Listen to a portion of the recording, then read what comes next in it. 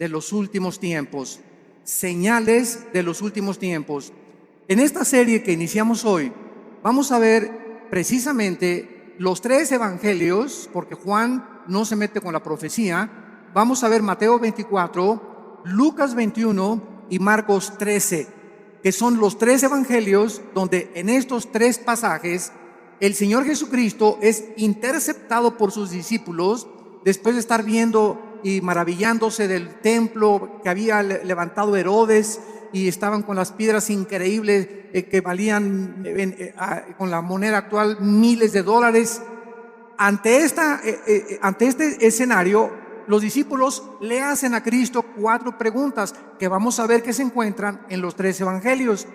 Y Cristo comienza a desarrollar las respuestas de estas preguntas a través de los 3 evangelios. Ahora bien, ¿por qué en 3 evangelios se encuentran las respuestas de Cristo? Porque haz de cuenta que nosotros vemos un choque. Entonces yo veo el choque de frente como periodista y escribo, pues le sumieron toda la defensa delantera al carro. Otro periodista ve el choque del lado derecho. Él va a escribir, pues le sumieron la puerta y llegó hasta la puerta de atrás el choque. Otro periodista lo va a escribir de la parte de atrás, porque él vio el choque de la parte de atrás. Entonces, cuando se juntan los 3 reportajes ante un juez, ¿verdad?, o ante un erudito en accidentes, se puede llevar a una conclusión de quién tuvo la culpa y cuáles fueron las causas de este accidente. Entonces, de esta manera, los 4 evangelistas, que son Mateo, Marcos, Lucas y el apóstol Juan, tienen los relatos de la Biblia de diferentes formas. ¿Por qué? Porque no vemos todos con la misma perspectiva, ni oímos igual cuando nosotros escuchamos algún mensaje. Por ejemplo, cuando algún predicador predica, tú le dices, ¿de qué habla el predicador? Y le preguntas a Juan, pues habló de esto y esto, él encontró una cosa. Y le preguntas a otra persona y te dice otro panorama del mensaje.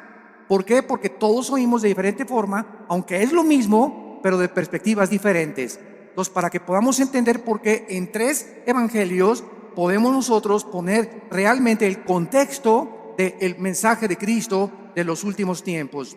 Vamos a ver ahorita, vamos a leer 2 pasajes, Mateo 24, del 1 al 3, y Lucas 21, del 5 al 7, para comenzar y tener el inicio de esta serie de conferencias que se los garantizo va a estar preciosa. He tratado de, así con lupa, con microscopio, examinar los versículos, profundizar lo más que pueda.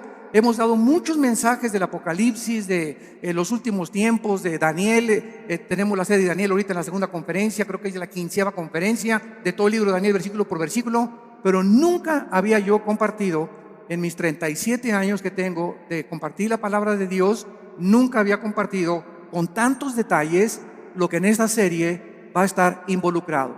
Así que está garantizado, ¿verdad?, que va a ser un estudio hermoso que nos va a dar muchísima luz y nos va a orientar claramente acerca de los últimos tiempos y las señales que debemos ya estar esperando para no confundirnos con tantos falsos profetas, tantos falsos apóstoles, tantos falsos milagros. Y la cristiandad está, ¿verdad?, perdida por todos lados. Me acaban de informar que en Europa acaba de haber un congreso donde un personaje del Vaticano fue el orador, un congreso cristiano. Eso se llama el ecumenismo, o sea, la mezcla entre las otras religiones y el cristianismo y las filosofías orientales, la ensalada del chef. Entonces, esto es a donde se dirige la iglesia, es la apostasía y la ramera de Apocalipsis 17. Se diluye completamente la verdad cuando se mezcla con la mentira. Entonces, la verdad de Dios, ¿verdad?, es inalineable. La verdad de Dios tiene una consistencia que no se puede mezclar con nadie. Por eso la Biblia es la verdad. Y solamente en la Biblia podemos encontrar nosotros las respuestas verdaderas a lo que nosotros estamos buscando en la vida. En Mateo 24, versículos del 1 al 3, dice así: cuando Jesús salió del templo y se iba, se acercaron sus discípulos para mostrarle los edificios del templo. Respondiendo él, les dijo: ¿veis todo esto? De cierto les digo que no quedará aquí piedra sobre piedra que no sea derribada. Y estando él sentado en el monte de los olivos, los discípulos se le acercaron aparte diciendo: dinos, ¿cuándo serán estas cosas? ¿qué señal habrá de tu venida y del fin del mundo? Respondiendo él les dijo, mirad que nadie los engañe. Veamos ahora en Lucas, capítulo 21, versículos del 5 al 7, la otra perspectiva de Lucas, de cómo oyó lo que Jesús dijo. Lucas 21, del 5 al 7. Y a unos que hablaban de que el templo estaba adornado de hermosas piedras y ofrendas votivas, dijo, en cuanto a estas cosas que veis, días vendrán en que no quedará piedra sobre piedra, que no sea destruida. Y le preguntaron diciendo, Maestro, ¿cuándo será esto? ¿Y qué señal habrá cuando estas cosas estén para suceder? Lo primero que ahorita cualquier estudiante de la Biblia acaba de captar es que son preguntas diferentes. Y vamos a ver que hay 4 preguntas, hay otras en Marcos, pero unas están relacionadas con la destrucción del templo. Esto es muy importante, vamos a comenzar ya a explicar esto. 2 preguntas están relacionadas con la destrucción del templo y 2 preguntas están relacionadas con las señales antes de que Cristo regrese. Entonces, el Señor Jesucristo estaba en el templo el día antes de su muerte, todo el día, y antes de su arresto. Y los líderes religiosos de Israel en este momento no dejaron un solo minuto en atacarlo, en lanzarle preguntas capciosas. Y aquí ya estaba completamente determinado que los líderes de Israel rechazaron completamente al Mesías. Y al finalizar este día, algo quedó muy claro: Israel rechazaba a Jesucristo como el Mesías. Y después de abandonar el templo, entonces él anuncia lo que acabamos de leer. ¿Ven este templo tan hermoso que adoran todos y estos edificios tan hermosos? Yo les digo que van a desaparecer y van a ser destruidos. Ahora, esta catástrofe de la destrucción que Cristo estaba profetizando, ¿cuándo se llevó a cabo? Esta respuesta fue 70 años después de Cristo, cuando Vespasiano, el emperador romano, envía a Tito, su hijo, general romano, y sitian Jerusalén y no dejan piedra sobre piedra. Esta consecuencia de la destrucción del templo era por el orgullo de los judíos, que estaban completamente ensoberbecidos por la belleza arquitectónica de ello y por haber rechazado al autor de la salvación y no la construcción externa que ellos comenzaron a adorar. Veamos entonces estas 4 preguntas, porque los discípulos quedaron desconcertados cuando Cristo dijo, el templo será destruido. ¿Cuándo será la destrucción del templo? Pregunta número 1. Esta la hace Mateo, la hace Marcos y la hace Lucas. La segunda pregunta, ¿cuál será la señal de la destrucción del templo? O sea, primero, ¿cómo será la destrucción del templo o cuándo? Y segundo, ¿hay alguna señal para que sepamos que el templo va a ser destruido? Estas preguntas están relacionadas con el templo, como lo vimos anteriormente. Y la tercera y la cuarta es, ¿cuál será la señal de tu regreso? Esta pregunta la hace Mateo y la hace Marcos. Dinos una señal de cuándo vienes, Jesús. Y la cuarta pregunta, danos una señal de que estamos en los últimos días, de que nos encontramos nosotros ahora en esta generación. Y estas preguntas, como dijimos ya, están divididas en los 2 grupos. Las primeras 2 relacionadas con la destrucción del templo que tuvieron lugar después de la primera venida de Jesucristo hace 2000 años. Entonces, las primeras preguntas son relacionadas después de que Cristo murió, y las otras 2 se van a cumplir antes de que Jesucristo regrese. Pero noten ustedes, en Mateo 24, antes de que Cristo diga cualquier señal, esto es asombroso, la advertencia que les hace. Antes de contestar las preguntas proféticas, hace una advertencia a Jesucristo. Mateo 24, versículos 4 y 5. Respondiendo Jesús les dijo, miren que nadie los engañe. O sea, él no responde ninguna de las 4 preguntas todavía. Lo primero, antes, esto es importante, de responderles las preguntas, hace una advertencia. Miren que nadie los engañe. Porque vendrán muchos en mi nombre diciendo, yo soy el Cristo, y a muchos engañarán.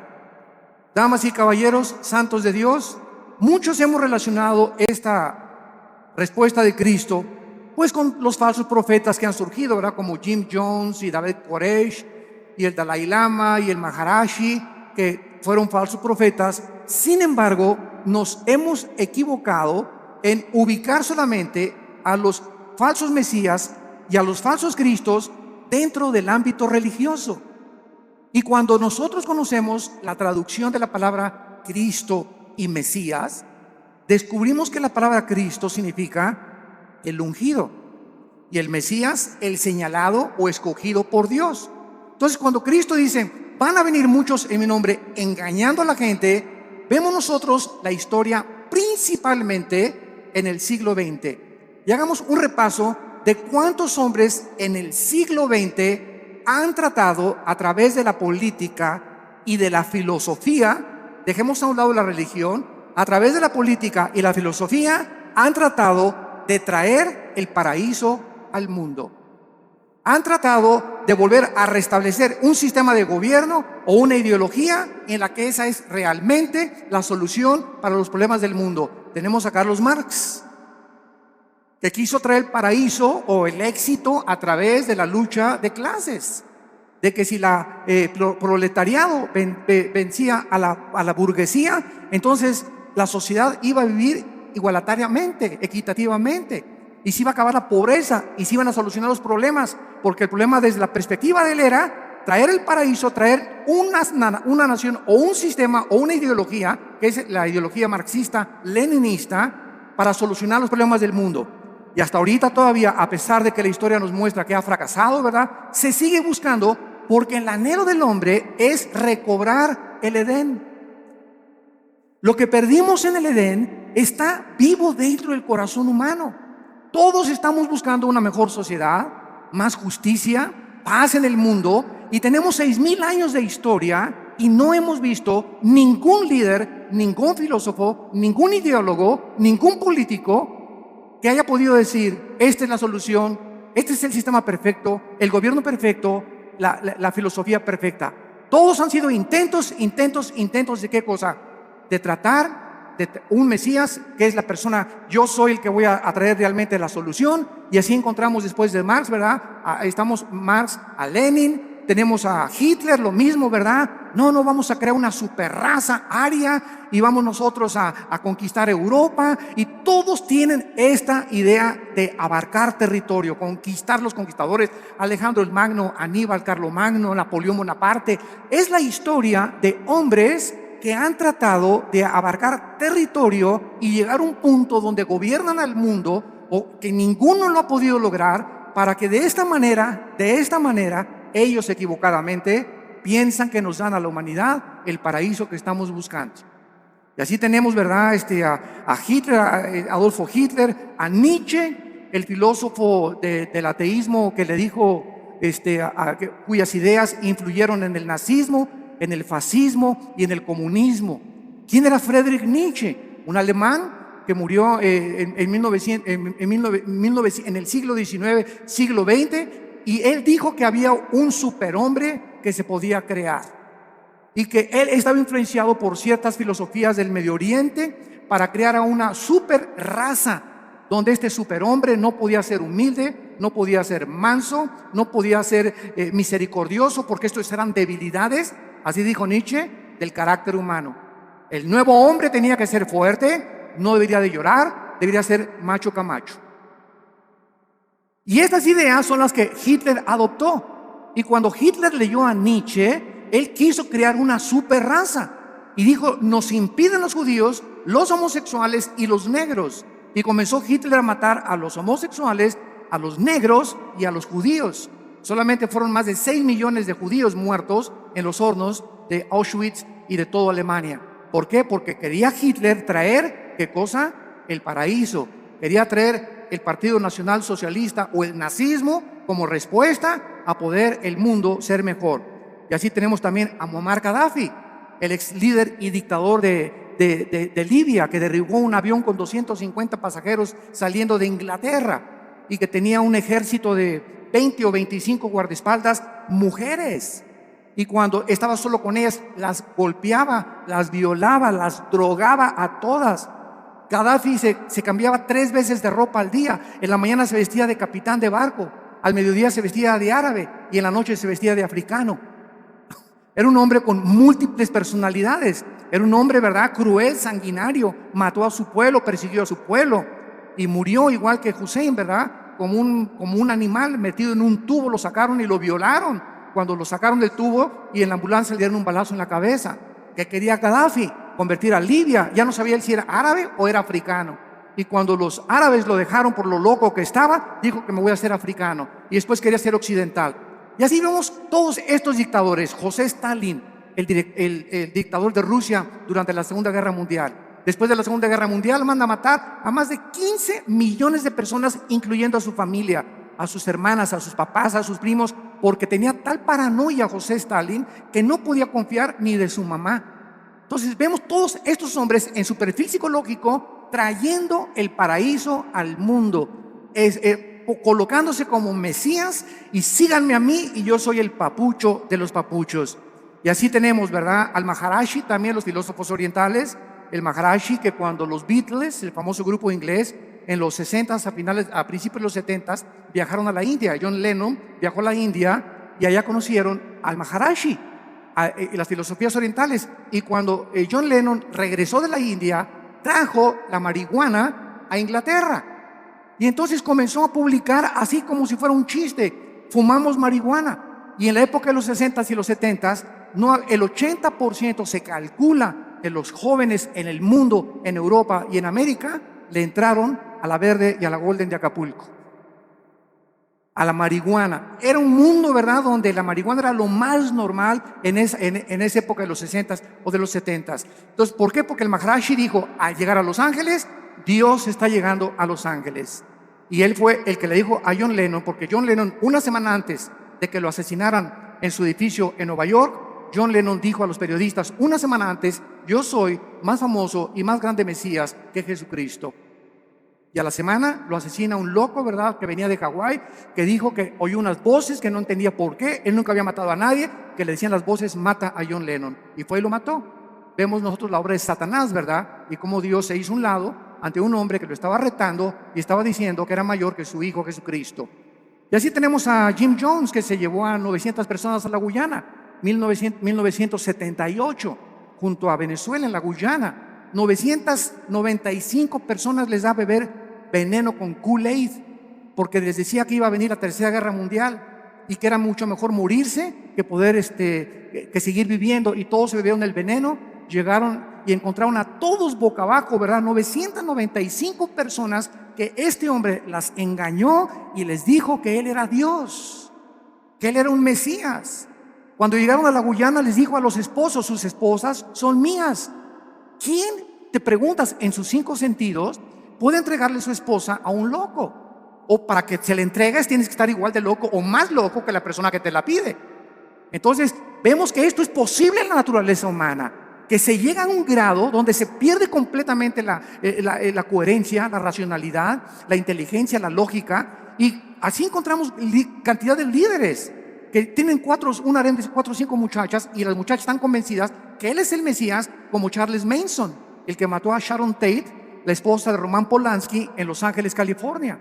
Que comenzó Charles Manson a atender un ejército de muchachitas, se dormía con todas, y un día se levantó y dijo: tenemos que matar a una persona. Fueron a la casa de esta famosísima artista de cine, Sharon Tate, la acuchillaron, estaba ahí embarazada, y pusieron puercos con sangre en las paredes.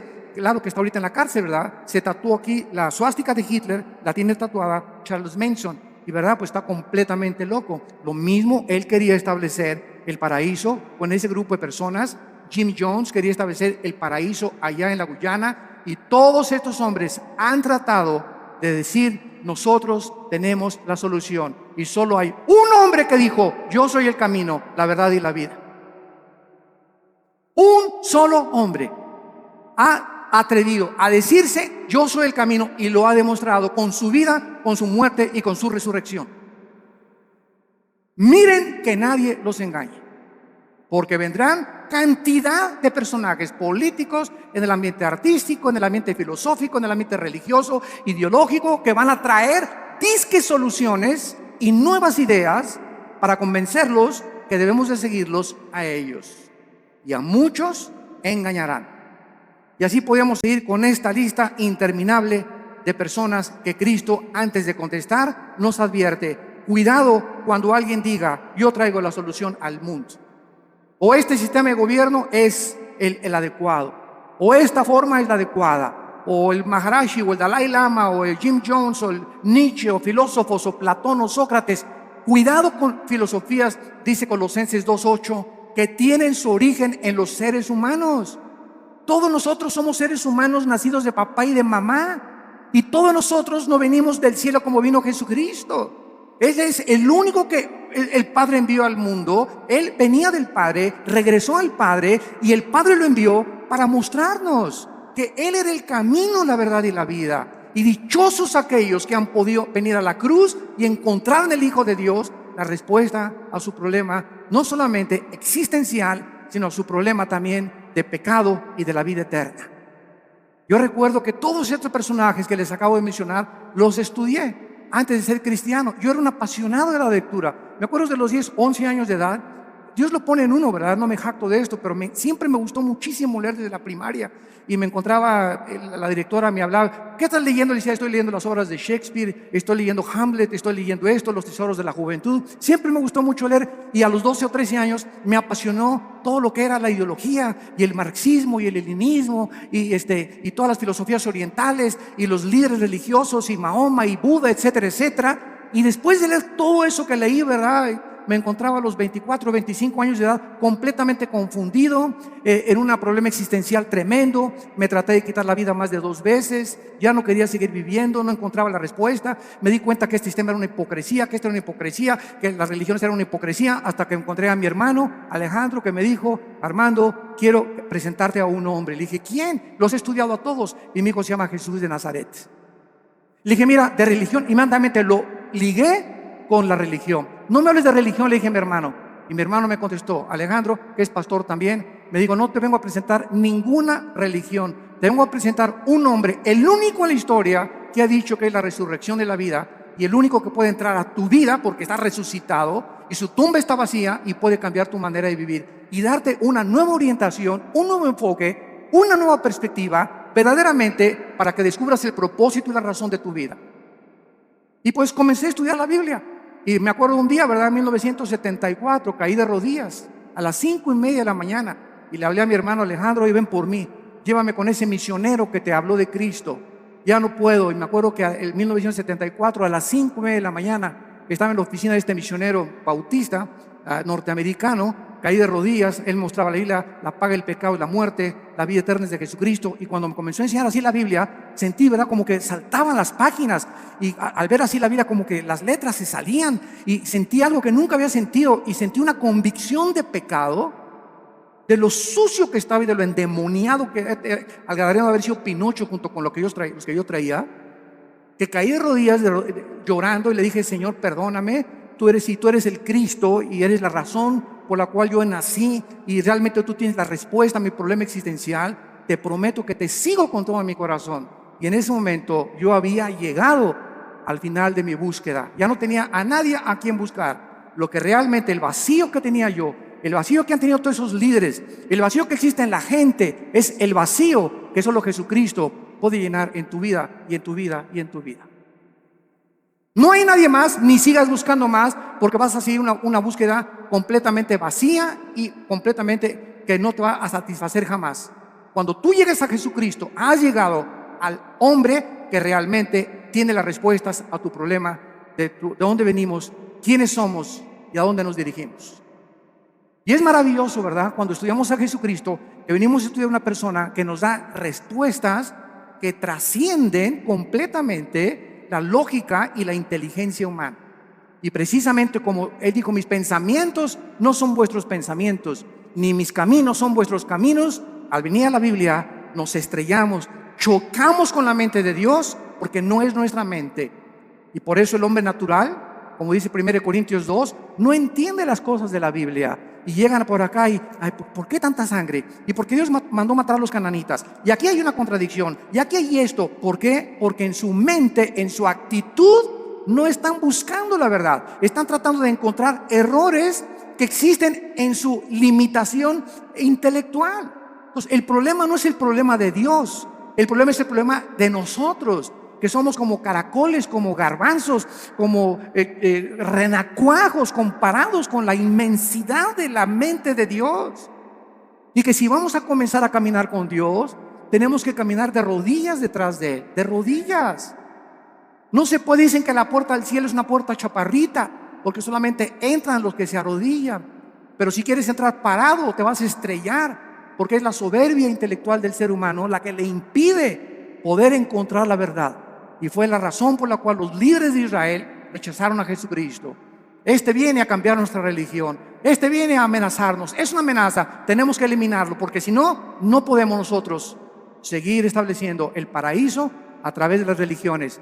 Y las religiones, todas las religiones, conducen a la muerte, porque el cristianismo no es una religión, es una relación personal, viva, dinámica, orgánica, con alguien que vive en este momento y que quiere entrar a tu vida. Muy bien.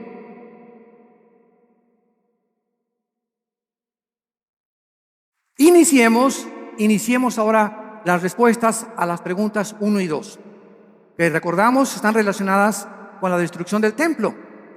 El Señor Jesús no contestó estas primeras dos preguntas en Mateo 24, pero lo hizo claramente en Lucas 21 y en Marcos 13, en cuanto a cuándo sería la destrucción del templo. Y estos pasajes que vamos a leer ahorita son claramente distinguidos de los últimos días. O sea, en respuesta a cuándo se iba a destruir el templo, vuelvo a repetir, sucedió antes de que Él regresara y después de su muerte. Las otras dos preguntas tienen su respuesta hasta antes de que Él venga en su segunda venida. Las señales del fin del siglo y las señales del regreso del Hijo de Dios. Vamos a Lucas 21 y veamos otra vez la pregunta de los discípulos. Versículo del 12 al 19. Y vean ustedes la respuesta que da Jesús en Lucas. No la dio en Mateo, la dio en Lucas esta pregunta. Esta respuesta a esta pregunta. Lucas 21, del 12 al 19. Pero antes de todas estas cosas, os echarán mano y os perseguirán y os entregarán a las sinagogas y a las cárceles, y seréis llevados ante reyes y ante gobernadores por causa de mi nombre. Y esto será ocasión para dar testimonio. Proponer en vuestros corazones no pensar antes cómo habéis de responder en vuestra defensa, porque yo os daré palabra y sabiduría, la cual no podrán resistir ni contradecir todos los que se opongan. Mas seréis entregados aún por vuestros padres y hermanos y parientes y amigos, y matarán a algunos de vosotros, y seréis aborrecidos por todos por causa de mi nombre, pero ni un cabello de vuestra cabeza perecerá. Con vuestra paciencia ganaréis vuestras almas. Muy bien, vemos nosotros que cuando no entendemos qué respuesta está dando Jesucristo, creemos que esto se aplica para nuestra época. Y esta respuesta de Cristo, ¿verdad? Estos versículos describen lo que sucedería antes de la destrucción del templo. O sea, entre la muerte de Cristo y la destrucción del templo pasaron 70 años, porque fue en el año 70 después de Cristo cuando el general Tito, los romanos, arrasaron Jerusalén. Entonces Cristo está describiendo ahorita lo que iba a suceder inmediatamente después de su muerte y antes de la destrucción del templo.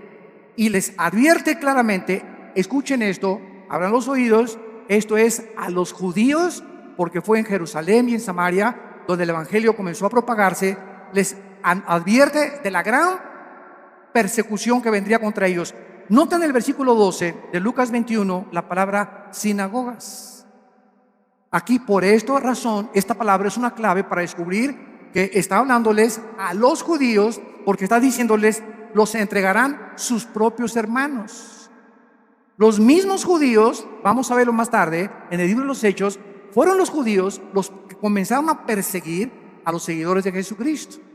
Y veamos nosotros en Marcos 13, versículo 9, Marcos 13, 9. Pero mirad por vosotros mismos, porque os entregarán a los concilios y en las sinagogas os azotarán. Marcos también responde y les dice a los judíos, usando la palabra concilios, que era un concilio, las cortes de los judíos, los lugares donde los judíos juzgaban a los judíos. Entonces tanto Marcos como Lucas, está diciéndonos, ¿verdad?, que antes de la destrucción del templo, ellos iban a ser perseguidos. Veamos rápidamente esto en el libro de los Hechos. El apóstol Pablo fue llevado ante Félix, el gobernador romano, para ser reinterrogado. Hechos 23 y Hechos 24. Y después Pablo apeló para ir al César. Hechos 25. Después de la destrucción del templo, los judíos continuaron siendo perseguidos, los judíos, por muchos siglos. Pero miles de judíos se convirtieron a Cristo durante los primeros siglos. Veamos rápidamente algunos ejemplos. Hechos 2:41.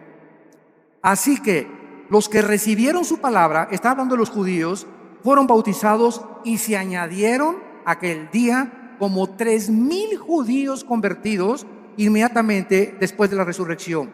Capítulo 4, versículo 4 del libro de los Hechos.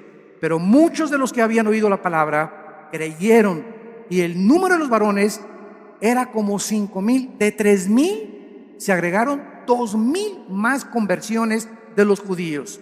Capítulo 6, versículo 7.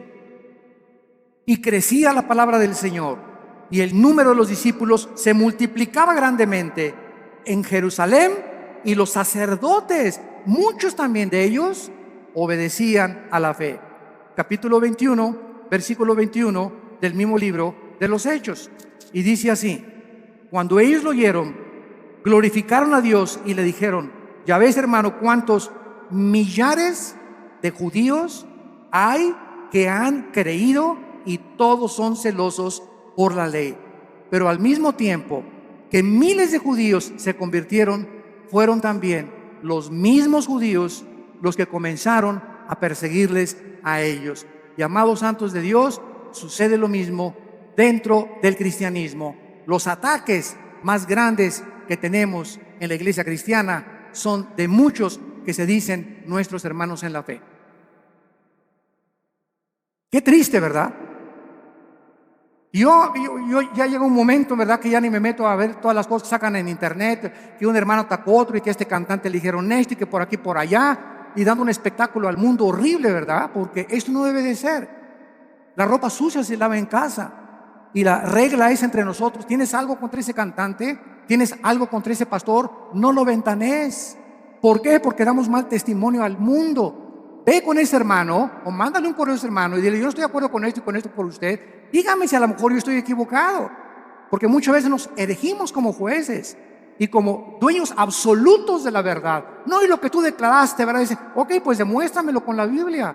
Y si me lo demuestras con la Biblia, lo acepto humildemente. Porque no hay un solo hombre más que Jesucristo. No ha existido nadie que sea perfecto, ni que tenga todo el horizonte de la verdad en posesión de él. Jeremías conocía algo de la verdad, Isaías otra cosa, Habacuc otra cosa, Zacarías otra cosa, Malaquías otra cosa, Lucas vio las cosas diferentes, pero todos teníamos o tenemos, ¿verdad?, la misma consistencia de la verdad y las mismas verdades esenciales, pero vistas de otras maneras. Hay hermanos nuestros que dicen, ¿verdad?, tú vas a su iglesia que necesitas hablar en lenguas, si no, no tienes al Espíritu Santo. Así están viendo ellos algunos versículos que así les han enseñado, y ellos no se han puesto a ver la verdad. Ves a otra iglesia y otra denominación y te dicen pues que el bautismo es a los niños y que de chiquitos los puedes bautizar por aspersión. Así ellos ven el bautismo. Otros no, ¿verdad? No, tienes que someterte debajo del agua para realmente ser bautizado conforme a la Biblia. Otras iglesias creen que los cristianos pueden tener demonios. Otros dicen que un cristiano no puede tener demonios. Todas estas cosas no son esenciales. No, o sea, el día que estemos en el cielo, me voy a encontrar un hermano que me dijo que yo tenía que hablar en lenguas y va a estar conmigo en el cielo. Me voy a encontrar a los hermanos que creían que tenía demonios y a los que no creían que tenía demonios. Me voy a encontrar en el cielo a los que dijeron que el bautismo del Espíritu Santo es una experiencia subsecuente a la conversión, que después de que te conviertes necesitas el bautismo del Espíritu Santo. Aunque yo no creo eso, ¿verdad? Hay muchos que lo creen, pero me los voy a encontrar en el cielo. ¿Por qué? Porque eso no es lo que nos va a salvar. Lo que nos salva es la sangre de Jesucristo. La salvación por la gracia de Dios, y que sin ninguna obra de la ley recibimos nosotros el perdón de pecados. Mientras tú creas estas verdades esenciales, estas demás cosas en las que estamos peleando, ¿verdad?, no son esenciales. Y es importante que todos tengamos otra perspectiva, porque así la tenían los discípulos. Pedro y Juan le dijeron de a Cristo que caiga fuego del cielo y vamos a matar a estos infelices, ¿verdad? Los hijos del trueno, los hijos del Zebedeo les llamaron. Los otros discípulos no eran así. Pedro era arrebatado y Pedro era esto. Juan era todo lo contrario, todo calmado, todo tranquilo, retratado siempre en el pecho de Jesucristo, etcétera, etcétera. Tomás el Dídimo era agnóstico, ¿verdad? Y todo lo dudaba, pero ninguna de estas cosas les impidió que pudieran concentrarse, puestos los ojos en lo que es más importante, en Jesús, el autor y el consumador de nuestra fe. Muy bien. Y vemos ahora la otra pregunta en esta misma cuestionamiento que le hacen a Cristo. Ahora, ¿cuál será la señal de la destrucción del templo? Ya contestamos, ¿cuándo será? Cristo está diciendo, antes de que el templo se destruya, pasará esto y esto y esto y esto. Los van a perseguir, los van a echar de las sinagogas, los van a juzgar sus propios hermanos. Y ahora les voy a decir, ¿cuándo será esta señal? La historia nos confirma, esto es asombroso. La historia nos confirma que la Biblia es la palabra inspirada por Dios.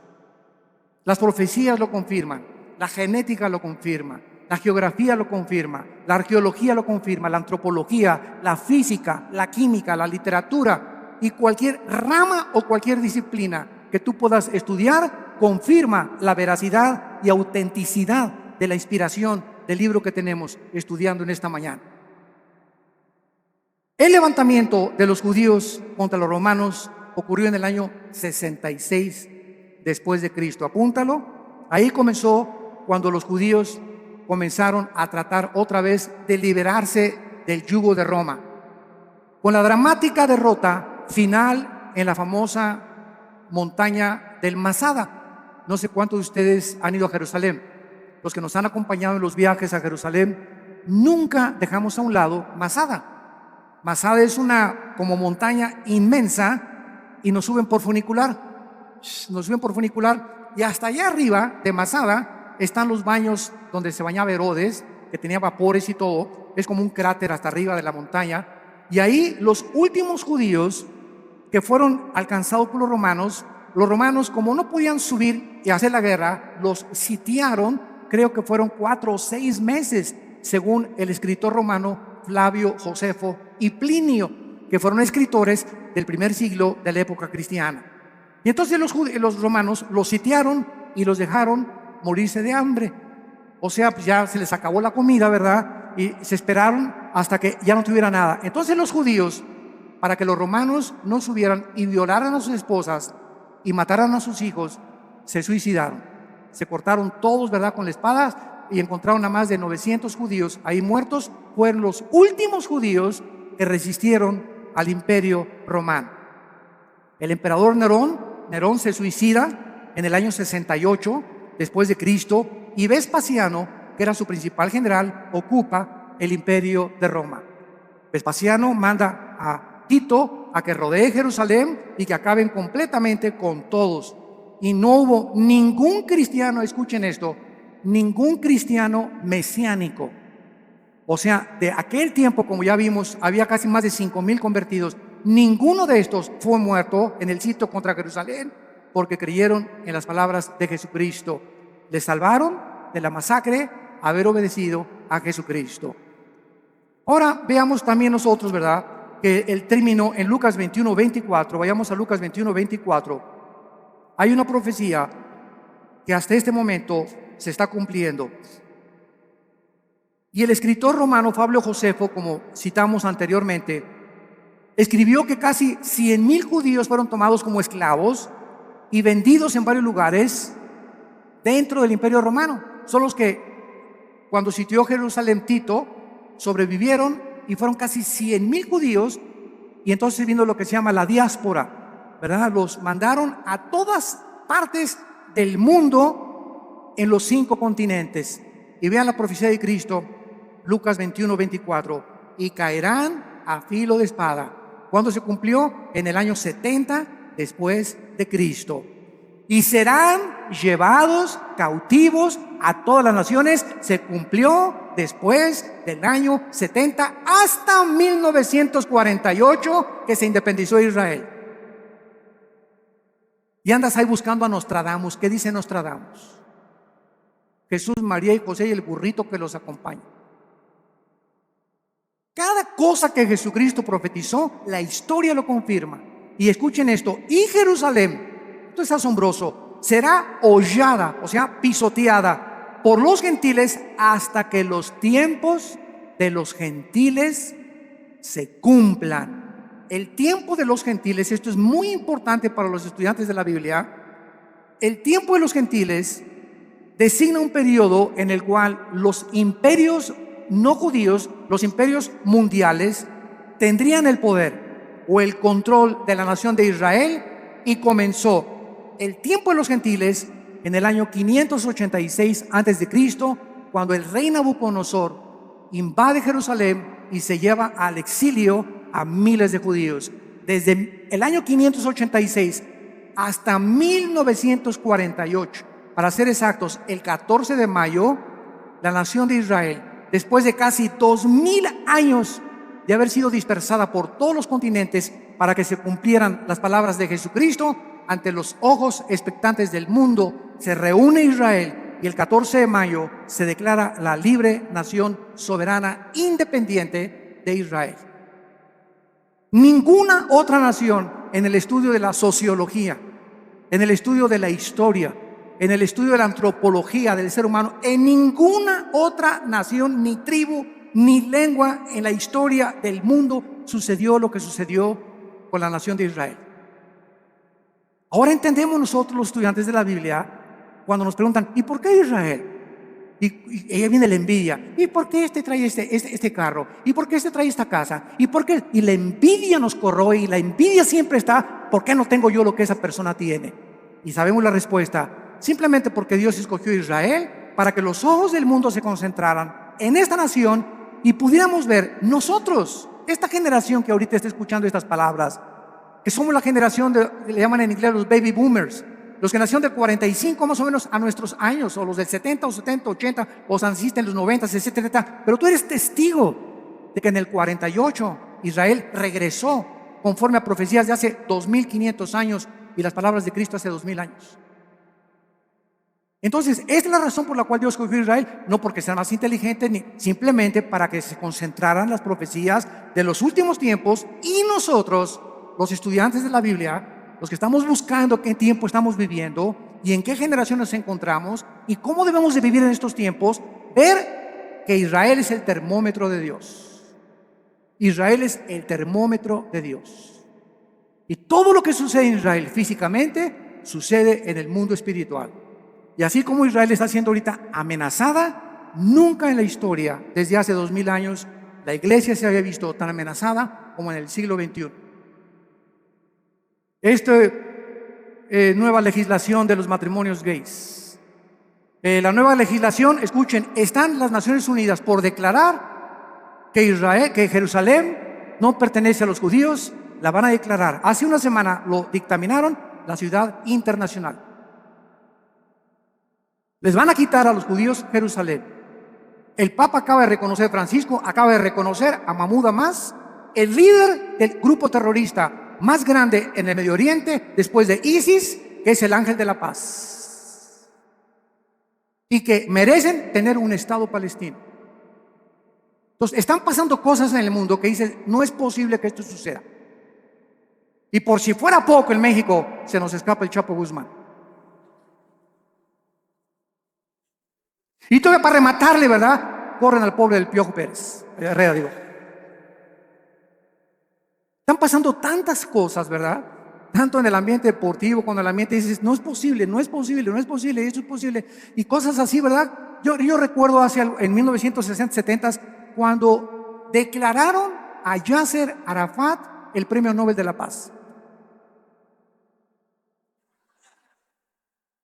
¿Cómo es posible que al más grande líder terrorista, que en 1972 mató a más de 15 atletas judíos en Berlín, en las Olimpiadas en Múnich, en Berlín, en Alemania, cómo es posible que lo hayan declarado el Premio Nobel de la Paz? ¿Cómo es posible que ayer perdió la América? Es otra cosa, ¿verdad? Después nos peleamos por eso. Bueno, vemos entonces claramente que Jesucristo está hablando claramente, y ahora va a contestar las preguntas 3 y 4. Vamos a Mateo otra vez y vemos nosotros en Mateo, en respuesta a estas preguntas, Cristo comienza a describir varias señales que aparecerán antes de que Él regrese. Como guerras a gran escala, pestes, hambres, terremotos, martirio de creyentes, falsos profetas, odio y poco amor entre los cristianos. Mateo 24, versículos del 4 en adelante.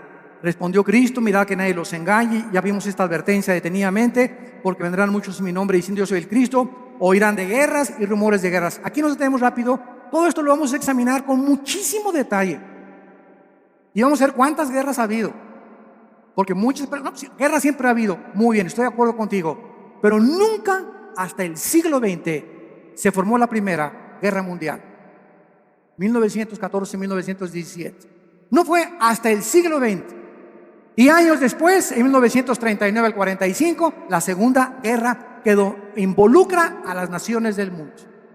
Y de la Segunda Guerra Mundial a nuestros días, que se formó la famosa Naciones Unidas, para tratar de impedir bombas atómicas como las que se soltaron en Hiroshima y en Nagasaki en 1945. Ha habido más de 350 revoluciones y golpes de Estado. Y ahorita el mundo se encuentra al borde de una guerra nuclear.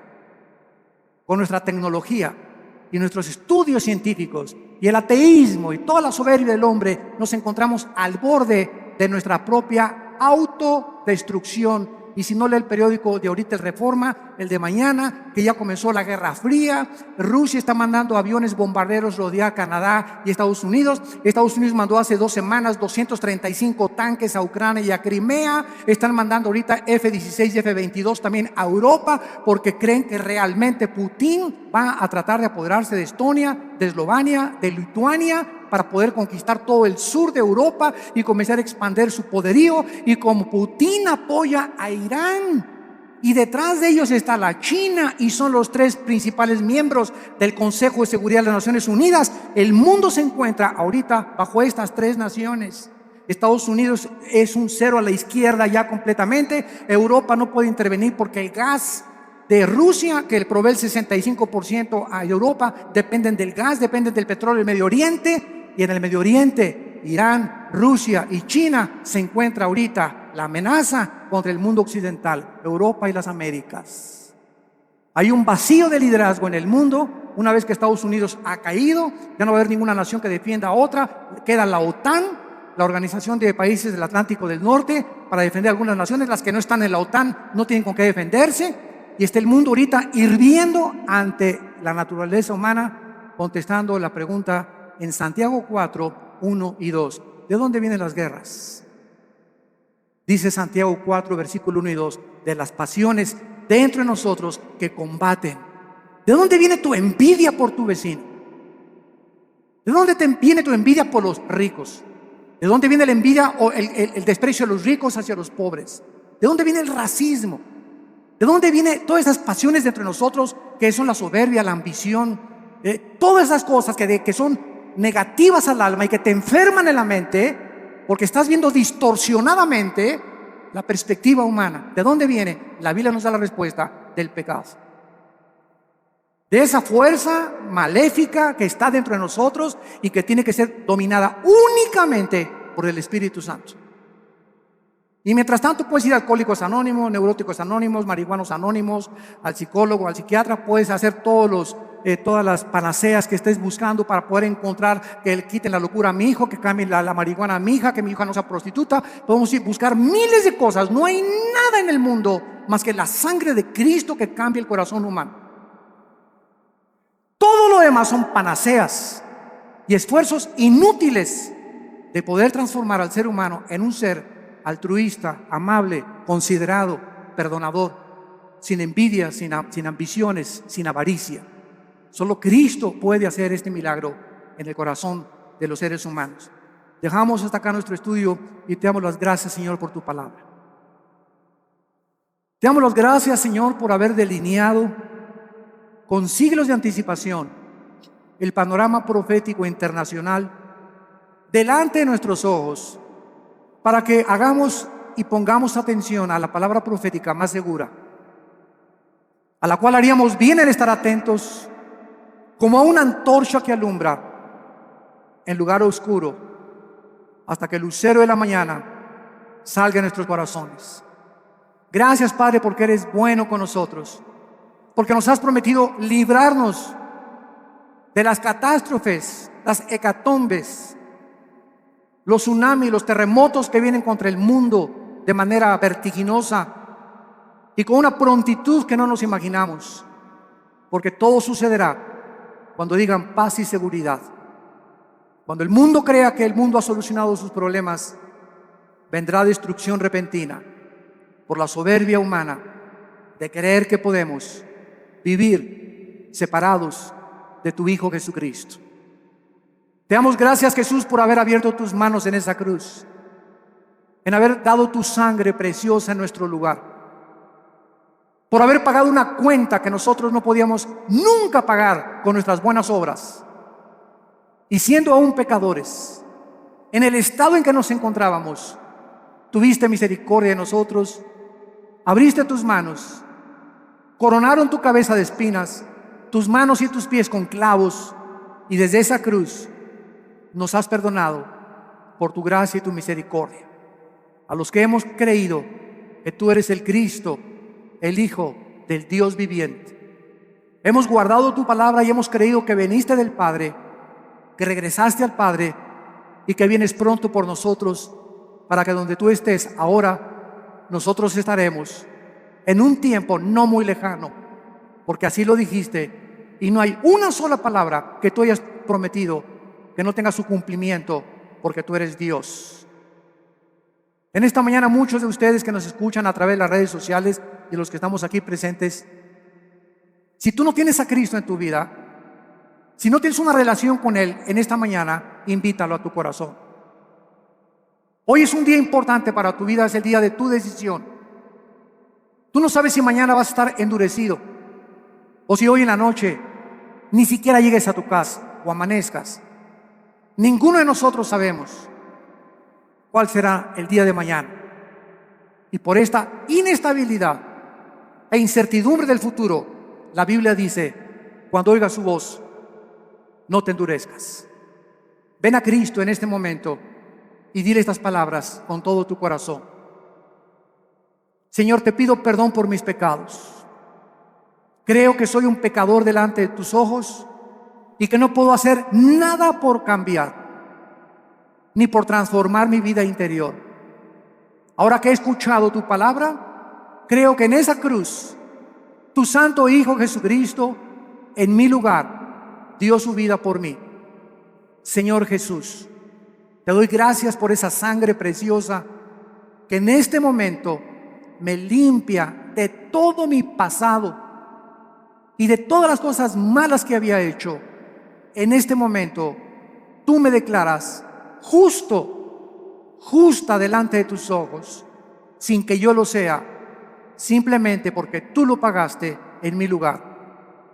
Te invito a que entres a mi corazón como mi Señor y mi Salvador, y te doy las gracias por el regalo que me has dado esta mañana, del perdón de mis pecados, de la vida eterna y del poder del Espíritu Santo que me ayudará a ser fiel hasta la muerte. En tu nombre precioso, Jesús. Amén.